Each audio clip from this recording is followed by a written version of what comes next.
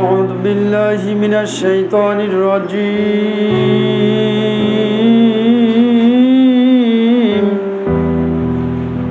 بسم الله الرحمن الرحيم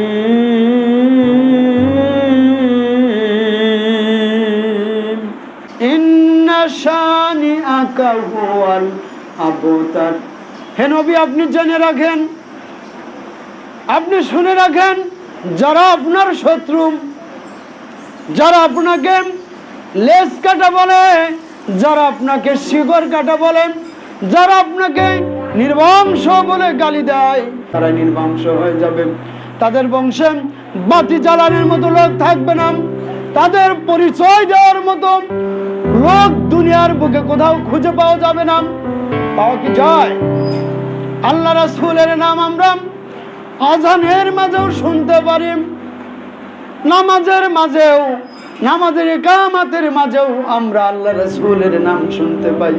যারা আল্লাহ রাসূলকে বলেছিল লেজ কাটা, শিকড় কাটা, বাতি জ্বালানোর মতো লোক থাকবে না, সে আবু জাহেল কোথায়?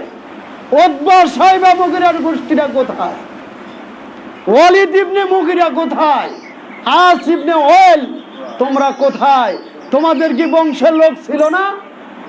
প্রত্যেকটা বংশে অনেক লোক ছিল, তাদের বংশধর আজও পৃথিবীর বুকে আছে, কিন্তু তারা আবু জাহেলের বংশধর হিসেবে পরিচয় দিতে লজ্জাবোধ করে। দুনিয়ার কোন মানুষের সামনে যদি আবু জাহেলের পরিচয় দিতে আসতো, উতবা সাইবার পরিচয় দিতে আসতো, তাদের চামড়া পিঠে থাকতো না। থাকতো কি? আজ বিশ্বে কোথাও মুসলমান, হিন্দু, বৌদ্ধ, খ্রিস্টান, যত আস্তিক আর নাস্তিক সারা বিশ্বব্যাপী আছে, কেউ আবু জাহেল নাম রেখেছে সন্তানের বলতে পারবেন?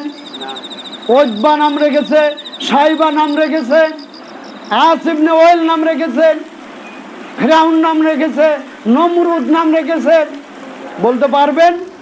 বিশ্বে কোথাও এই নামগুলি খুঁজে পাওয়া যাবে না। একটাই মাত্র কারণ, পৃথিবীর মানুষ বুঝতে পেরেছে এই লোকগুলো হলো লাঞ্ছিত, অপমানিত, ঘৃণিত মানুষ, এইগুলো জাহান্নামের কীট। যুগে যুগে যারাই এই আবু জাহেলকে অনুসরণ করবে, তাদের অবস্থা এরকমই হবে।